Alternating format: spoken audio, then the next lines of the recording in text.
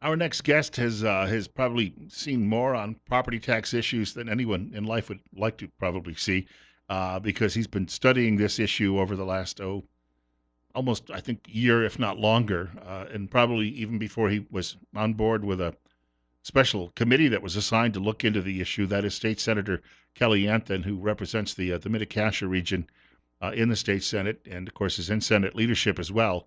It's 60. We're about 5 minutes after 9 o'clock. Bill Colley on News Radio 1310 KLIX and newsradio1310.com. And Senator, welcome back to our program. Well, good morning, Bill, and thank you for having me. I really do like being on with you, and I really do want to say to you that this kind of a forum is important to the community. I know you're going to have listeners that don't like you and they don't like your opinions, and that's fine. But I think that the service you provide the community to talk about these issues is really important. So thanks for letting me be on. We need about 10 more guys like me all over southern Idaho. I mean, that can't be done, Bill. You got two pretty good ones in your own backyard, though, right now. So, well, that's true. Yeah. Hey, a couple of things. One of the things that really got me thinking about this discussion the other day, Forrest Anderson had posted something about he got his assessment notice in the mail, and of course, you probably knew his family from all the time his father was coaching in Declo, many years. But Forrest was pointing out, he said, I have an increase. I think he said it was in double digits, maybe 20%. And he said, the only improvement I've done over the last 5 years is mow the grass. And so this was a situation people over the last couple of years were seeing, and apparently some people are going to be still seeing it this year. And again, as I understand how this works, assessment is not necessarily a tax increase, although there can be. I mean, there's different ways to look at this as far as formulas go. But still, there's an ongoing effort to try to find relief. And while it hasn't been as bad here as, let's say, the Treasure Valley, people are still feeling the pinch in other parts of Idaho. Where do you think we stand on all of this right now? Well, I think what you just said, Bill, is actually right on the money. I mean, there are so many moving parts on your property tax bill, and that's why it's going to be great to have Brad Wills on and let people ask him the questions as to why. But you can have, when I say moving parts, you're looking at your assessment, you're looking at your levy rate, you're looking at the economy as a whole, what's going on in your area that will affect your property taxes. And then the other thing that is very important to understand is when you go to the polls or you don't go to the polls to vote on increases in levy amounts or general bond indebtedness, that's going to affect your property tax bill. So to answer your question, Bill, if you look across the state, it's a patchwork of consequences based on these things. In other words, you will have communities that are doing it perfectly. They're not seeing large increases. The economy is going well there. Their assessments are staying relatively the same year after year.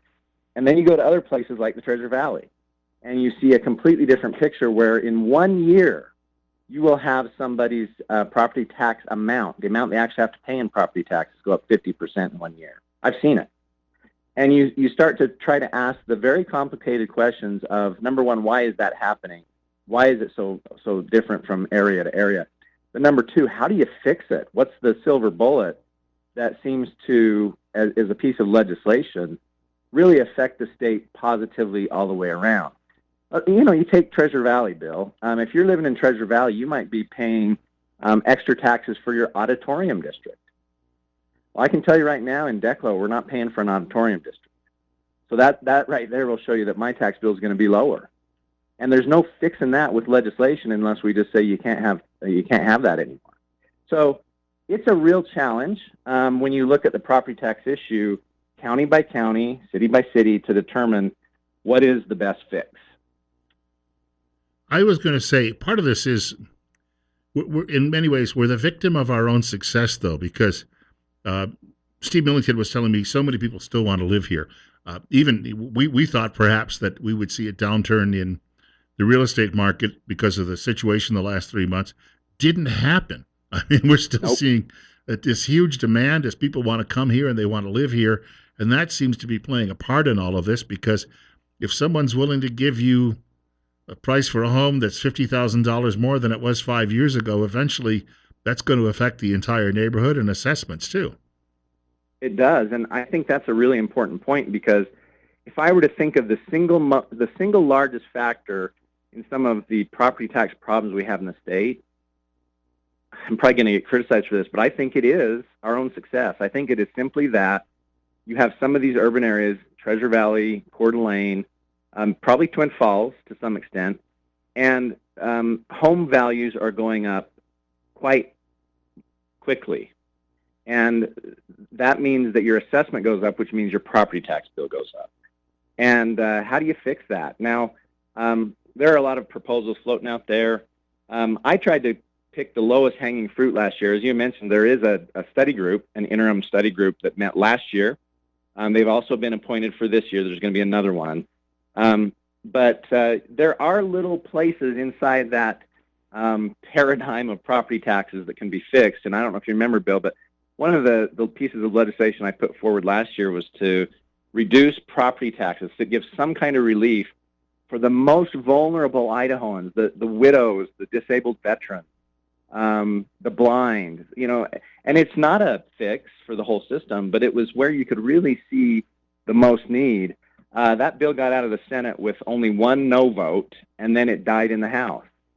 And so the other part of this, of course, is politics, and it's trying to reconcile between two bodies, which as it should be, what's going to be the best way to go about it. So there's that piece to this problem too, which is you have to round up so many votes out of the 105 legislators statewide who have these various problems in their various districts and have their own ideas about what those solutions are.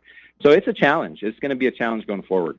We've got some folks who'd like to speak with you today too as well, and I want to get to the telephones in just a second. It's 59, joining us, State Senator Kelly Anthon this morning.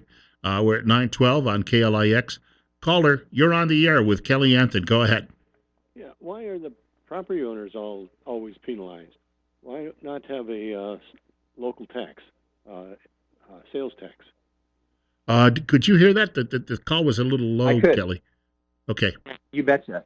And again, I think I've always been in favor of authorizing the use of a local option tax. Now, many of my friends don't believe in that because you're just adding another possible tax to the books. And to be honest with you, there's not a tax cut I haven't liked when I hear about it first.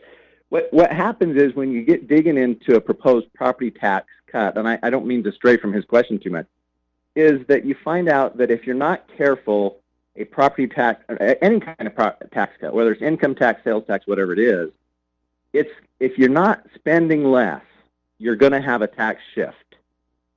And so even a lot of the property tax proposals that would lower property taxes focus on residential properties. And if you don't lower your county budget or your city budget, then that money doesn't just appear from thin air once you cut it for the residential owners. It ends up going onto the farms. It goes onto your local businesses. And you do have a tax cut for the homeowner, but you have a tax increase for your farmer and for your rancher and for your local downtown business. So there has to be a real, reckoning of that. This gentleman has absolutely got a great question. Why is it falling on the property tax owners? I think there's a bigger picture discussion to be had, and it's what is an appropriate tax structure across the board? It's a much bigger picture, right? How much of your taxes should be sales tax? How much of your taxes should be property tax, and how much should be income tax? Or maybe we should be eliminating one or the other. But one of the solutions, of course, and I know Twin Falls has advocated, at least some of the city fathers have advocated for much of their careers, there should be an option, a local option tax. And of course, the argument is that when you have people like me living in the rural areas driving into Twin Falls, I'm not paying for the roads and the police and all the things that it takes to keep all that going. So there's a point to be made there, but I think the opposition to it is simply, if we're trying to fix a problem and we're adding more taxes to the mix, maybe that's not the best solution. We've got another caller. I think the caller just threw in the towel just a moment ago, but you bring that up. I think we had this conversation about a year ago that, yes, if you come into Costco in Twin Falls, so you understand how that works. And, yep. But this really becomes the local option. If you turn it over to the voters and let the voters make that decision, and then you have a sunset provision where maybe every few years they can revisit it, then they have some control over it. And I think that would be if there's any other positive to it, it's that they actually can say 2 or 3 years down the road, okay, we're done, and then set it aside. Yep. No, that's a good kind of mitigating factor of the whole thing. Again, Bill, and if you look at Treasure Valley, a lot of the property tax problems they have are ones they created with a vote. They approved the recreation district, they approved the auditorium district, and so on and so forth. And now, the taxes are high, and they don't like that. So I really like the idea of, a sunset clause. The other proposals that are often suggested when it comes to a local option tax are project-specific local option taxes. So, you say to the voter, hey, we want to fix Blue Lakes Avenue, and if you will vote to approve a local option tax, all the money from the local option tax will fix the road. And once the road is fixed, the tax goes away. Unlike some highway tolls, which never go away, but that's a sad story in other parts of the country where they were promised it would happen and it never did. When you talk a little bit about this, I had this conversation, probably in February with Mike Moyle, and he was sharing the story. Someone he actually knew, it was the mother of one of his childhood friends, was going to be forced out of her home because of the situation. I don't think that crisis has gone away yet, has it? No, it has. I don't think it has at all. And especially, I think it may be even more pronounced now with the economy the way it is.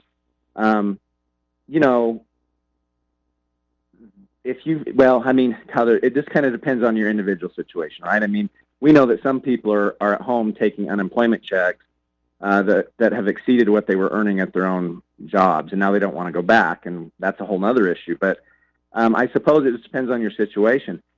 I think that when it comes to property taxes, though, the situation has not changed. You're going to continue to see in Treasure Valley and in other places an increase in your values. And as that continues to march on, your property taxes are going to go up. You have folks in the Treasure Valley who bought their homes in the 1970s. They are now retired. It's paid for. They're retired. They're on fixed incomes. Their retirement and their Social Security, and that is not keeping up with the amount of property taxes in terms of percent that they're paying going forward. So it becomes a crisis where they could lose their homes. We've got another caller. And caller, we got a couple of minutes before the break. We'll give you a chance to get your question or comment out, and then we can get back to it following the break. Go ahead. Caller, you're on the air. Oh, okay. I'm trying to. It probably would help with the radio turned down. Yeah, the property taxes went up because the interest rate went down and the people's payments, they were lower. But that shouldn't reflect on the taxes. They should have an index they use to level that out because, it's not reflective of what what the actual value in payments are. People have to pay less money for a house that becomes more expensive and inflated, and they need to take and adjust the taxes down. There needs to be something automatic for that because they don't need that extra money. It just blows up, and then they'll spend it, and that needs to be controlled. Yeah, thank you for the call.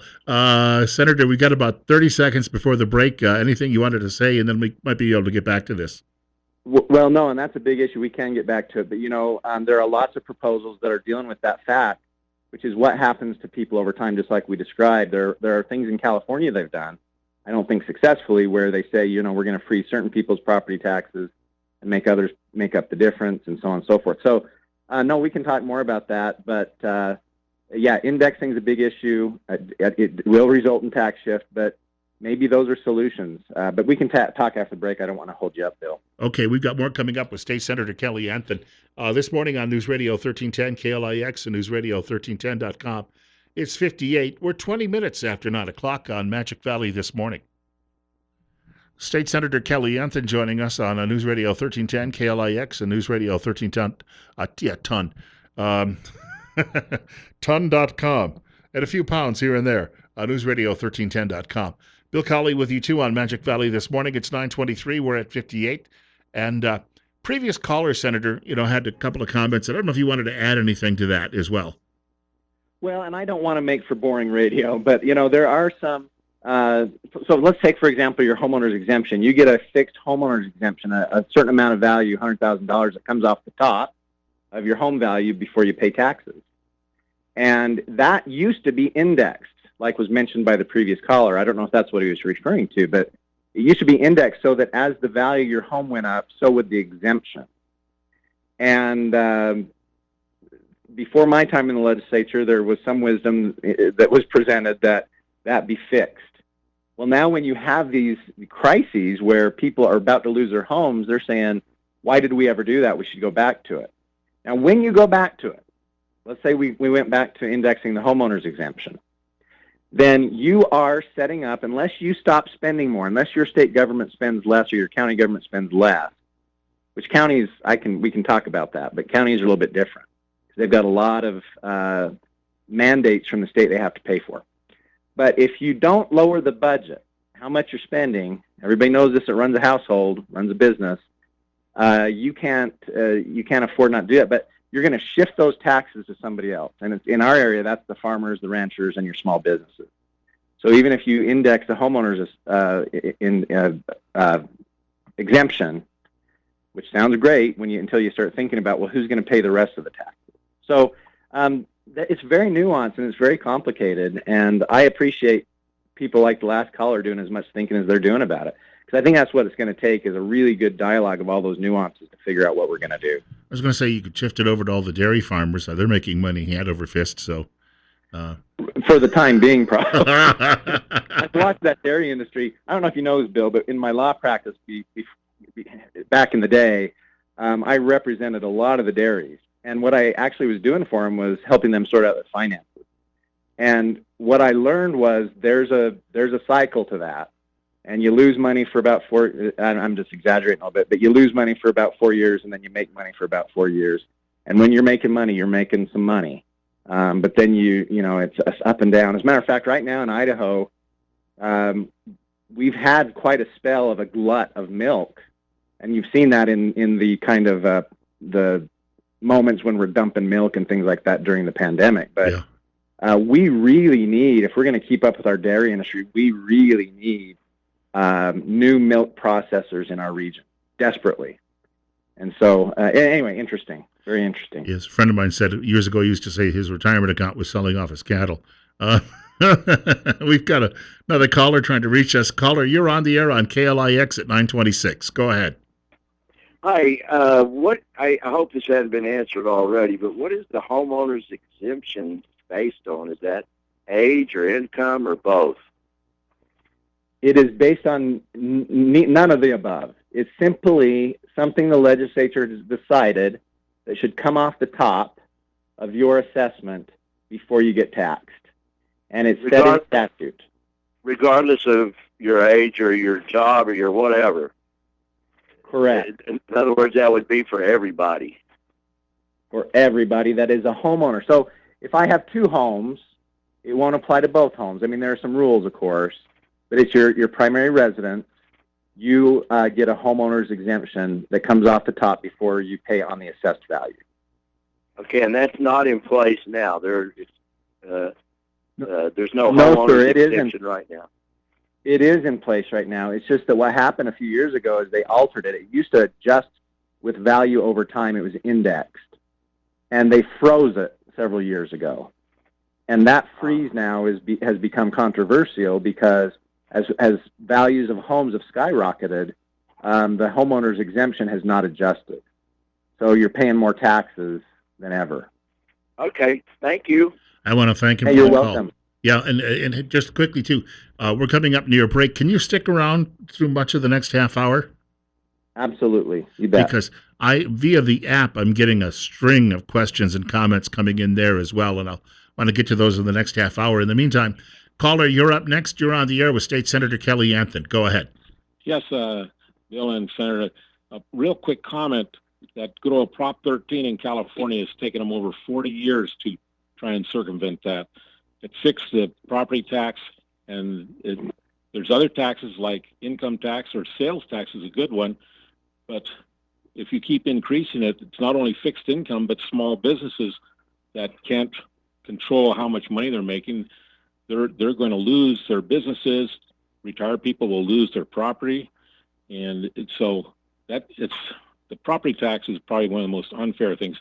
Empty property makes no money. So if you're taxing, I don't care if it's empty property or someone living there, they're going to lose that if the tax goes up. So to me, some form of tax on when you buy something would be the best way, because people that can afford to buy stuff will pay more for it. And people like that little old lady on that little old house out in the country she's on a fixed income, or that small business that's selling knickknacks, they can still stay in business or still live. And that, to me, seems the best option. But like I say, California's taken them over 40 years for ultra liberals to try and circumvent it. So it's been very stable. We got to get to another break, and we can pick this up on the other side, Senator, as well. I'm almost to 9:30 though, and we do want to mention State Senator Kelly Anthon joining us this morning, and he's been serving on a call it a special committee that has been looking into these issues over the last nearly roughly a year or so, and that is going to continue. We're coming up on 9:30. We're at 58. Bill Colley with you too on News Radio 1310 KLIX and newsradio1310.com, and those of you who've been sending in your comments via the app on your smartphones. I am seeing those. We're going to try to get to some of those in the next half hour. I wanted to point out State Senator Kelly Anthon is with us this morning on News Radio 1310 KLIX and newsradio1310.com. And, of course, he's been tasked with looking at solutions to property tax issues in Idaho, that by the governor, who selected a number of people to really put their noses to the grindstone on this one and try to come up with something that would be workable. And again, one size may not fit all across the state of Idaho, and it may be that they come up with a patchwork solution at some point. We should also mention, too, though, that the senator has some experience on the local level as well, so he was not a stranger when it came to property tax issues. It's 9:34. We're at 60. Bill Colley on News Radio 1310, KLIX, and newsradio1310.com. Did I get this right, Senator? Was the last caller suggesting that perhaps we just go to something like a sales tax that just covers all of this and eliminate property tax altogether? Well, I don't know, but what I did hear him say is that property tax is one of the most unfair tax. And that's an interesting point, too, Bill, because when you look at Idaho's state policy and our approach to taxes, we've taken kind of the three-legged stool approach. So we've said, let's balance it out so that it's not all one thing or the other. It's not all sales tax, all income tax, or all property tax. Let's balance that somehow. And so that's been the approach, is let's balance between sales tax, your income tax, and your property tax to fund different governmental functions. Those things can get out of whack. And there are arguments to be made for some of those taxes being more equitable. I sometimes find myself buying into the fact that a sales tax is a more equitable tax, especially when you're getting into property tax situations where people might lose their home, and I just can't stand for that. So I don't know but the one other point that he said that really caught my attention was take a look at California.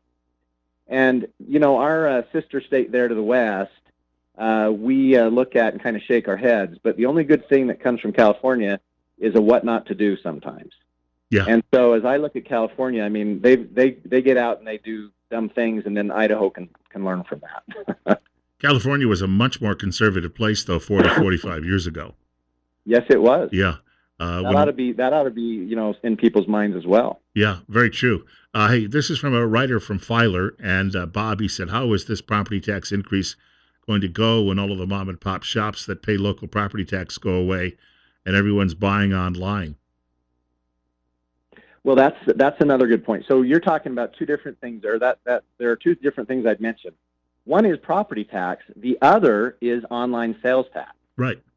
So online sales tax for the last few years, and I don't want to bore everybody, but only recently were we able to collect online sales tax in Idaho based on a court decision called the Wayfair decision of the U.S. Supreme Court.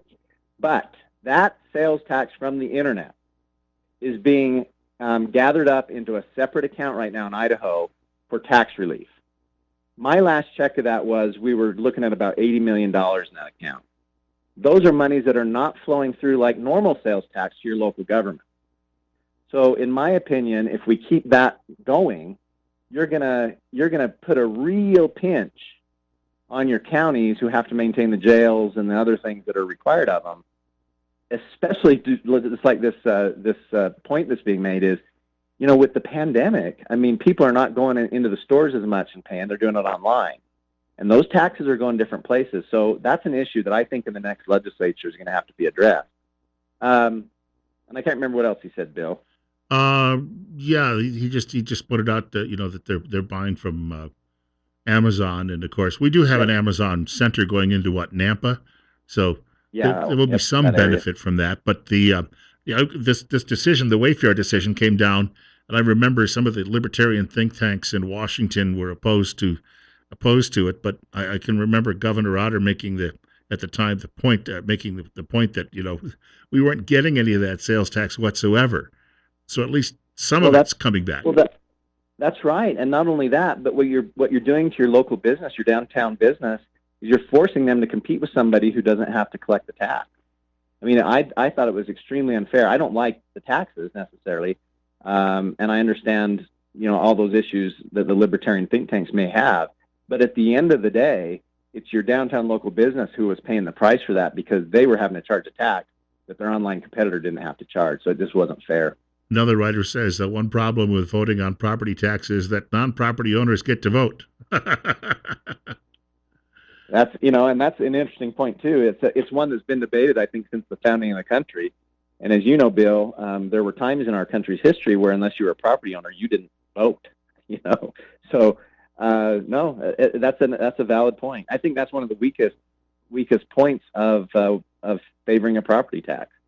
On the other hand, though, we should point out too, though, that if you rent, you're in a way you're paying part of that property tax.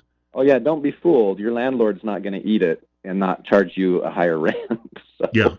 Yeah, and I think that's in fact renters throughout the Magic Valley and other parts of Idaho could tell you they've been faced with that as well because they've seen increases every year and some pretty significant ones too. Well, and that has been discussed in these interim committees, especially in the Treasure Valley setting, because you are seeing the rents go up, and the landlords are saying it's because my property taxes are going up. And so as we've kind of hashed out between the House and the Senate what kind of fix is there, there are those who say unless there's a fix for renters, we're not in. We've got more coming up with State Senator Kelly Anthon. About 15 more minutes. It's 9:40. I've got 60. We're talking property tax. And if you've got another question or comment, too, for the senator related to state government, you can feel free to pose that, too, in the next segment. It's 58 right now. Bill Colley with you on News Radio 1310 KLIX and newsradio1310.com. If you have a question or comment for State Senator Kelly Anthon this morning on News Radio 1310 KLIX and newsradio1310.com, feel free to give us a call at 208-736-0300, 208-736-0300.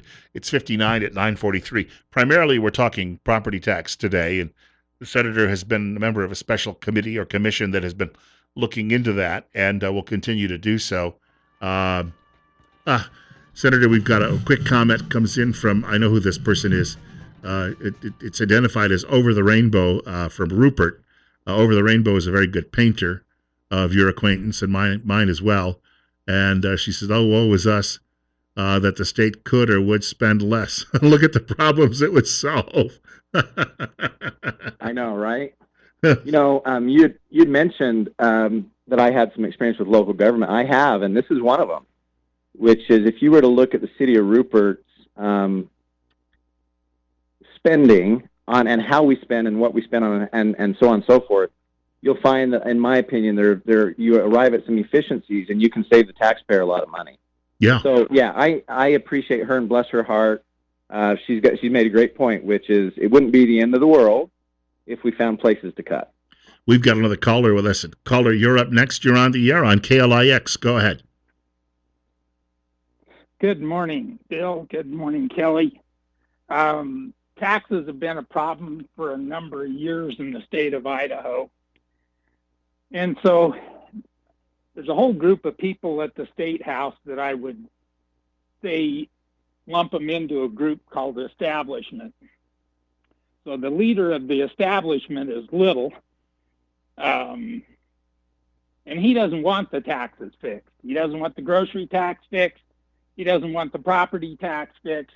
As one of your writers said, and you said earlier, if you don't own property, you shouldn't be able to vote in anything that affects property.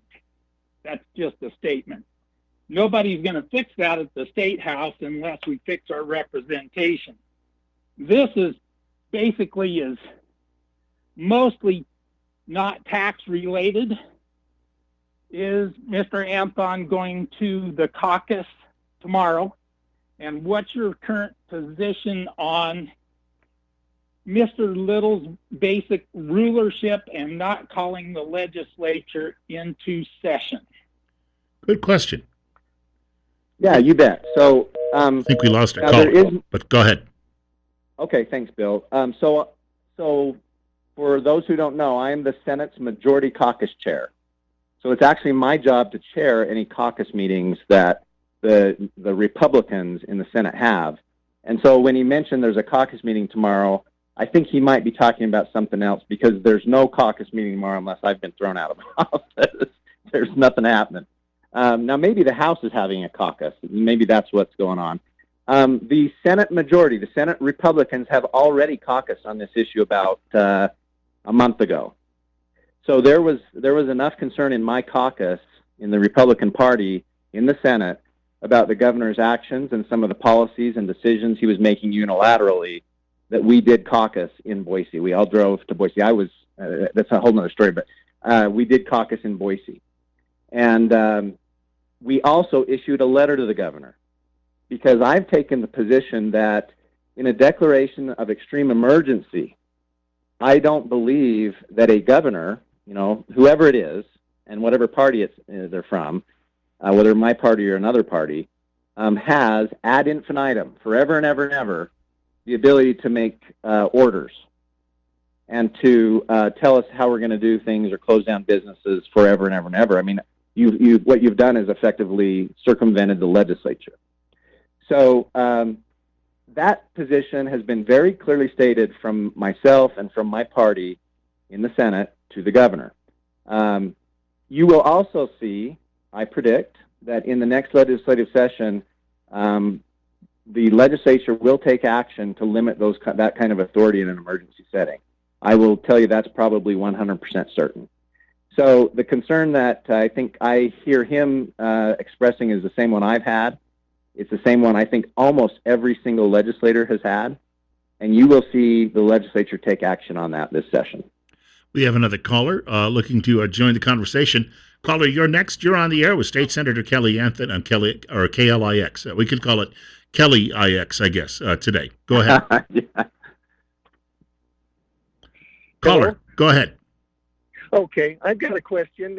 Is there a website list the effective tax rates in each of Idaho's counties? Like all 44 counties, you mean, broken down that way? Yes. I'm a resident of Twin Falls County. Our effective rate is just under 3% when you add everything up. I have a son and family in Provo, Utah, for example. Their effective rate is 0.5%. I have family in Pocatello. I don't remember what there is, but it's significantly under 3%. I just received the new tax assessment, property assessment here in Twin Falls County. My property evaluation has gone up $70,000 in 1 year. Ooh. And at 3%, you can do the math. I think it's very disturbing that the Twin Falls County seems to be so out of touch with the rest of the state in their property tax rate. Senator, your response to that? Yep, you bet. I don't know of any website that if there is one, I'd love to see it. I've had to kind of do the grunt work, and I've just called it or checked with each county's website to take a look at things. But boy, that would be interesting. The other thing is, as I mentioned in the first kind of segment of the show, there's there are a lot of moving parts when it comes to your property tax bill, and there. I don't mean to discount anything he said because he's dead on the money, but there are possibilities that you see enough economic growth in Twin Falls that the levy rate, because you can Twin Falls City, for example, can only raise their budget 3% per year. So there are these hypotheticals, and I've seen them play out in other communities. I haven't checked Twin Falls, where even though your value goes up, the budget can only grow 3%, and you have enough economic expansion in your tax base that you may not see a commensurate increase in your tax bill. So I know that's a lot of words, but the bottom line is it's so complicated that you can actually see your value go up, and you can actually have the city take a 3% increase, and your tax bill won't go up that much. There's this. So, Well, as a follow-up to that, and he referenced Provo. They have potentially one very, very big property tax-paying customer there in a major university, I would imagine. So that could impact the remainder of the community. Whereas you have a similar situation, although I don't know with a state university in Pocatello how that would work, what the breakdown is. But if you have a great big customer like that, whether it be in education or manufacturing, that could greatly change things as far as how that goes, couldn't it? It could, and it absolutely could. And the other thing that you'd want to look very closely at, which I probably can't speak to very in particular about Provo, but I do know that Utah has a much more liberal set of legal restraints when it comes to the taking on of debt by a local government. So, I'm just saying it's a little bit apples to oranges, but his point is very clear, which is how is it we live not that much far from each other and the tax rates can be so different. Right. In fact, I got a note that says Jerome County valuation did not go up overall. And that's just across the river. And that's another good point, which is, as part of the discussion of property taxes, is how do you find uniformity across the state? I mean, one of the real struggles we've seen is in farmland. So you have farmland that in one county will just be shot through the roof when it comes to assessment, and the next county over, it's not. And so there's actually been a push to try to find some uniformity in how you value farmland. That's a difficult thing because for those of us who grew up on farm and know farms, some farms are better than others. It's not just dirt for dirt. So I hope, if anything, that your listeners are getting a feel for how complicated the policy issues are that surround this stuff. And it is no simple task to try to figure out what the best solution is, other than things like, which I would advocate, let's lower the taxes. Let's get the taxes lower. Right. We've got another caller joining the program. Caller, you're up next. You're on the air at 9:53 on KLIX. Go ahead. Well, I'm not alone, but the problem, my county taxes, College of Southern Idaho taxes are up 50% in 3 years. I mean, wow. The actual dollars. I mean, the assessed valuation, the mill levies have not come down in the county. I guess various departments submit their budgets, and of course, they just add it all up and somebody rubber stamps it. But this is where the tax problem is. The county's got to be held accountable to cut down. Where are they spending all this money all of a sudden? 50% increase, and I'm not alone. A lot of people are very upset with this, and I'd like them to comment about that because Twin Falls County is just absolutely going crazy spending. Sure. Thank you. Hey, I want to thank the caller. You bet. And, what you find when you study the state as a whole is there are some counties who have not taken their levy limit upper limits. So in other words, you have counties, I can tell you, Minidoka County, you have counties where the commissioners have been extremely conservative and have not taken the 3% per year. They have withheld that and they've foregone it, and it's still sitting out there. So that's the challenge, is you're talking about a case-by-case analysis and trying to find a single solution. So when you talk about, hey, let's punish the counties for spending too much, you're also punishing the counties that didn't spend too much and have gotten so much foregone tax levy, laid up for a rainy day to do what's right and to run a real lean and mean county government. So when I see some of those solutions, I cringe a little bit because at the end of the day, you're going to punish those local governments that actually did what they're supposed to do. Hey, only got about 3 minutes to go. So quickly, caller referenced, caucus meeting potentially, and you said it may be in the House. But there is a lot of scuttlebutt going around about a session coming up, maybe in summer sometime. Is that just rumor at this point? I think it's just rumor at this point. I know there are people who are advocating for that. I'm more than happy to go as long as legal. And some of the proposals I've seen do not show it. It is just not legal. And I hate to say that because I've wanted a session. I want a session. I've wanted a session since we started having some of these pandemic orders. I think the legislature should absolutely have been involved, in my opinion, in spending $1.5 billion that came into the state of Idaho. We should have had some say in that. Now, to defend the governor, I will tell you, he does have the Joint Finance and Appropriations chairs on his committee as he divvies that money out. But that's not how Idaho works. We have the legislature appropriate money, and I know there are legal arguments. I understand all the ins and outs of it. I'm just saying principally, my position is you should have the legislature working together to decide what's the best way to spend these federal dollars as they come into the state. So, so I think, there's going to be talk of that bill, but I haven't seen a legal mechanism yet that tells me that it's legitimate. If they can find one, I'll be there with bells on. Yeah, you could do something. I remember I visited the U.S. House back in 2000. I think it was 2008 or 2009 when Speaker Pelosi had gone home and she ordered the lights shut off.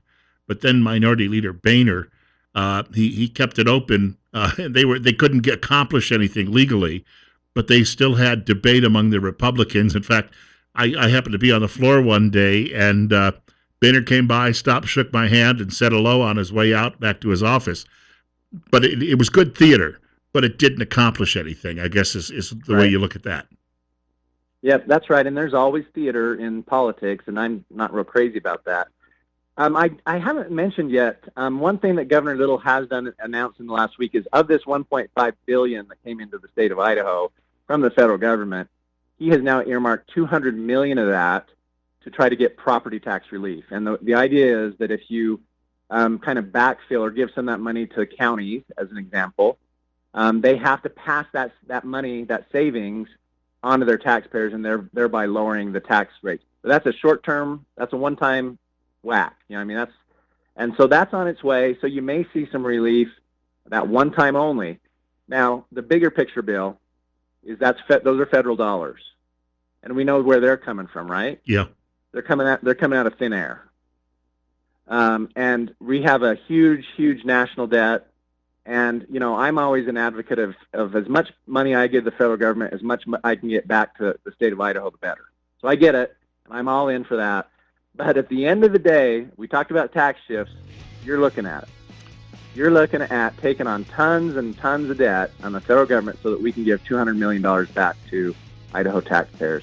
And I don't fault the program. I think it's what I would probably do. I'd try to get that money back to Idahoans. But we've got some issues in our federal and state government that need to be fixed.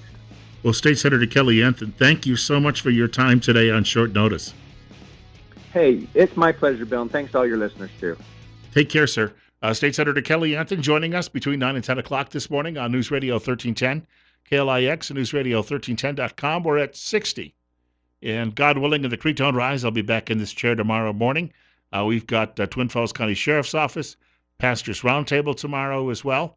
A lot of good material to cover between 6 and 10 tomorrow.